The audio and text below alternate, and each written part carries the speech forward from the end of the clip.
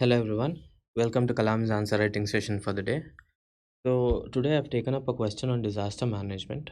If you all have been noticing the questions that we have discussed so far, we have discussed a good number of questions on disaster management. So there's no point in really discussing about the prerequisites as such. Maybe I'll give out a brief about the prerequisites. One is the usage of diagram. Whenever it is possible, if the question is on earthquake, talk about tectonic plates and so on. If the question is about cyclone or tropical cyclone, talk about that diagram which the NCRT has that explains tropical cyclone. And in general, you could talk about different flowcharts on pre-disaster, post-disaster, and disaster mitigation and so on. So that is about diagram. In addition to this, what are the keywords that you have to keep in mind? The keywords are Hugo framework, Sendai framework, and you have Disaster Management Act, National Disaster Management Guidelines, and so on. So all of these things become your prerequisite when you handle a disaster management based question. Now I'll read out the question for you all, and then I'll immediately jump into creating the introduction, body, and the conclusion format, which we usually do. So, what is the question? Integrating post disaster rehabilitation measures with existing development schemes is the right step towards mainstreaming the disaster management. Critically analyze the statement in the context of India's implementation of Disaster Management Act. So, this question has two parts in it, and I somehow have to analyze those two parts. What are those two parts? One is that I have to talk about Disaster Management Act, and I'm not supposed to talk about the provisions of the Disaster Management Act, but I'm supposed to talk about how provisions of Disaster Management Act related to post rehabilitation measures, as in whatever happens after the disaster उसको बोलते हैं post disaster rehabilitation, and these steps should be integrated with the existing schemes. It could be Manrega. So he's talking about Disaster Management Act first thing, and secondly he's talking about Disaster Management Act in the context of post disaster rehabilitation measures. So what is the essence of this question? This question seems to imply the following things. The first thing is, we are spending too much of time, we are spending a good amount of our resources and so on handling the pre-disaster and the disaster mitigation strategies and so on. But whatever happens after post-disaster, after disaster, those measures are not sound. Those measures do not have long-term recovery measures, is what this question is trying to push us to think. So, in a manner of speaking, we have to establish how Disaster Management Act is performing. That is going to be our first side heading. Implementation of Disaster Management Act. That is going to be the first side heading. And under that side heading, I'm going to evolve points on how the Disaster Management Act is focused more on pre-disaster and immediate relief rather than focusing on post-disaster. So we have to equally focus on all these things depending upon the disaster. If it is a nuclear disaster, I have to spend a lot of time on post disaster measures. If it is a drought, I have to spend a lot of time on pre disaster, because I have to create conditions in such a way that drought doesn't manifest itself. Okay, so these are the things that I want to talk about in this particular answer. So what are the subheadings? One is how the Disaster Management Act is being implemented, and the second is basically mimicking the nature of the question. I will talk about integrating post disaster rehabilitation measures with developmental schemes. Under this side heading, I'm going to discuss the different ways in which post disaster measures can be linked to different developmental schemes. So I'll pick up 7 or 8 schemes that are there in the government, and then I'll show how these schemes can be linked to disaster victims, how these schemes can be used to help victims of disaster. So that is what this question is basically trying to ask us, and that is the structure of our answer. And then how do we introduce this answer? We could basically talk about Disaster Management Act and how it has come up in the context of three big events like Odisha super cyclone, and then you have Indian Ocean tsunami and so on. There were three events, one in 1919, one in 2004, and there was something else in 2001. I think it's the Bhuj earthquake. So in the context of these big disasters, we have come up with the Disaster Management Act. You could talk about this in your introduction. And you could also talk about a current affairs approach in which there is a recent disaster, and then in that disaster, post disaster rehabilitation measures are not up to the mark. In this context, we will discuss how post disaster rehabilitation measures can be integrated with developmental schemes. So that is one way to introduce. So there is these are the two ways to introduce your answer. I'll go with Disaster Management Act because I get to mention three events in history that have shook India in terms of the scale of the impact they have created. Negative impact, of course. Bhuj earthquake, Odisha cyclone, and then the tsunami. They have actually led to a loss of life, lot of loss of life, and then there was loss of property, men, material, and so on. In this context, we have come up with Disaster Management Act. So that's it. That is the introduction I would like to go forward with, and then we'll move forward to the conclusion. It shouldn't be a generic conclusion, neither should it be a very dense conclusion. So having seen the introduction, body, conclusion, we will directly jump into the sample answer and see how this person has handled the question. So he starts off with the introduction by defining the Disaster Management Act. I mean, he's setting a context for Disaster Management Act. He says that it was passed in the wake of calamities like Odisha super cyclone, Indian Ocean tsunami, and also Bhuj earthquake. He was supposed to mention it, but it's fine. Exam में इतना ज़्यादा याद होना भी मुश्किल होती है. But then if you're able to recall things, please write them down. And when you talk about an event, please write down the years. Odisha super cyclone 1999, Indian Ocean tsunami, it was in 2004, and so on. And then he's talking about Disaster Management Act. Why is he doing it? Because the whole question is to talk about in the context of Disaster Management Act. So why not point out certain facts in Disaster Management Act which are not gelling well with post rehabilitation measures? We have to point out how post rehabilitation measures are not doing well, while while pre-disaster measures are up to the mark. Okay, that is what he's trying to tell us here. The focus on disaster preparedness, be it in the case of timely warnings or relief shelters, etc. Like for example, you have lots of cyclones these days, Hudhud in Vishakhapatnam, and then you had cyclone Okhi, and then there are several cyclones that are coming up, but the impact on men is not so much because of timely warnings. The government is being able to give out timely warnings.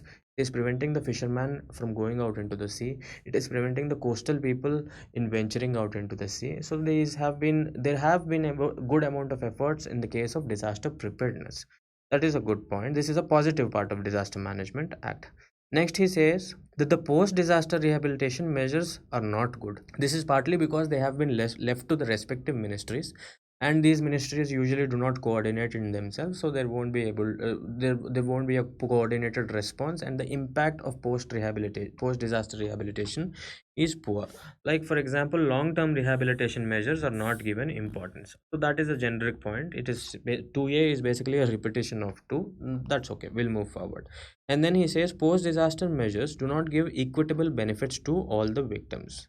Okay, so this is a complicated statement. What he's basically trying to tell us is that post disaster measures, whatever benefits we are trying to give to the victims, they are not being spread among the people. Only the rich victims are able to corner these benefits. Like for example, if you look at farm insurance, whenever there is a big hailstorm or some kind of urban flood, some kind of flash flood and so on, those farmers who have good clout, those farmers who have been rich, these farmers usually get the farm insurance easily, whereas the poor farmers and the sharecroppers are not able to do it. So the post disaster benefits, whatever they are not spread equitably among all the people.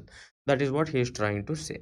In addition to this, post disaster also includes what? It includes the psychological counseling that has to be done. Whenever you go through a disaster like earthquake or a tsunami, you handle a lot of stress. There is a trauma that is involved in your mind, that comes into your mind, and this has to be handled. This intangible part has to be handled. And then so far he has established what? He has established the implementation of Disaster Management Act, mostly focusing on post disaster rehabilitation measures. Surely there are positive parts of Disaster Management Act also, like for example, National Disaster Response Fund and State Disaster Response Fund. They have been able to disburse good amount of funds in order to rehabilitate people, not just rehabilitate people, but also to mitigate disasters as such. In addition to this, you also have the forces, National Disaster Response Force and State Disaster Response Force. These get deployed almost immediately after the disaster, and then there is support to the victims of disaster. In addition to this, the disaster gets classified under moderate, under severe, under average category. Based on the severity of the disaster, the funds that are dispersed, the resources that are disbursed are also high. So the Disaster Management Act has its positives. It has been able to create some good amount of impact. But then this question is about post disaster rehabilitation measures. So is analyzing the act of disaster management 2005 in the context of post disaster. Okay, so far he's done well. Now what is he supposed to do? He's simply supposed to link different schemes with post disaster rehabilitation measures, or rather it is vice versa. He is supposed to tell us how different aspects of disaster rehabilitation have to be integrated in different schemes. Let's see how he does. He says watershed development programs and Pradhan Mantri Krishi Sinchai Yojana have to be used for drought management. So if there is a recurrence of droughts, as a measure of drought management, I have to focus on post disaster in relation to these schemes. I have to have components under these schemes which are related to disaster management. In addition to this, if you have a drought, there is going to be poverty, there is going to be a lot of unemployment. So how about providing more unemployment to these people? And you can do that through which scheme? Manrega, right? And in fact, this is a time tested measures. Time and again governments have increased the Manrega work from 100 days to 150 days in the case of drought. So this is basically an example that has been given. In addition to this, if there is a disaster like an earthquake and so on, what is going to happen? There is going to be a loss of houses, loss of public assets and so on. So you need to construct these things again. So how about constructing these things through a scheme? How about constructing these infrastructure which are lost by a disaster but through a scheme? Like for example, Odisha has done this. Odisha has started implementing its housing scheme after a disaster through Biju Pakka Ghar Yojana. So when you have an earthquake, integrate your post-disaster measures with the corresponding scheme like Pradhan Mantri Awas Yojana or the Biju Pakka Ghar Yojana. So that is a good point. And then he's talking about post-disaster infrastructure. We started out by talking about houses. Now he's extending it to other areas like roads, electricity lines, etc. After disaster happens, if you want to revive these infrastructure, like if you want to revive a road which has been damaged by earthquake, use Pradhan Mantri Gram Sadak Yojana. Pradhan Mantri Gram Sadak Yojana is a narrow concept because it is mostly related to rural areas and increasing the accessibility to roads. So how about creating a highway? If your highway is destroyed by an earthquake, create a highway and you use that. Use whatever project is under the highway, be it Bharatmala, etc., etc., and then you incorporate it into your post-disaster rehabilitation measures. That is what this is trying to tell us. And in addition to this, after disaster happens, what is the biggest problem that we face? One is the problem of sanitation, two is the problem of food, three is the problem of water. So all these things can be integrated into schemes. Like for example, if there is a disaster, why can we not integrate midday meals to include disaster victims? This is not going to be a year long process, right? You have to accommodate them for about just 4 or 5 weeks until they get back to their normal life, until they get back into their mainstream life. So you can do something like this. And in addition to this, sanitation after disaster can be taken care of if we create community assets using Swachh Bharat. So a good number of points have been written as to how we should integrate our post-disaster rehabilitation measures under Swachh Bharat. So there is lots of concept involved here. Like for example, he is trying to link through his mind the different schemes that are there to the possibility of putting them in the context of post disaster rehabilitation measures.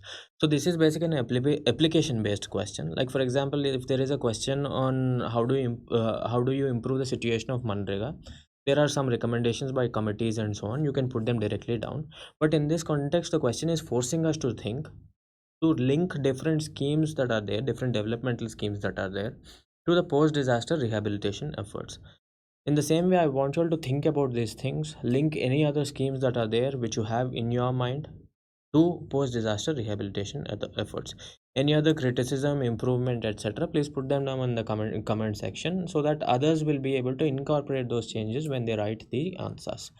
That should be my review for the day. Thank you for the discussion. Thank you for your participation.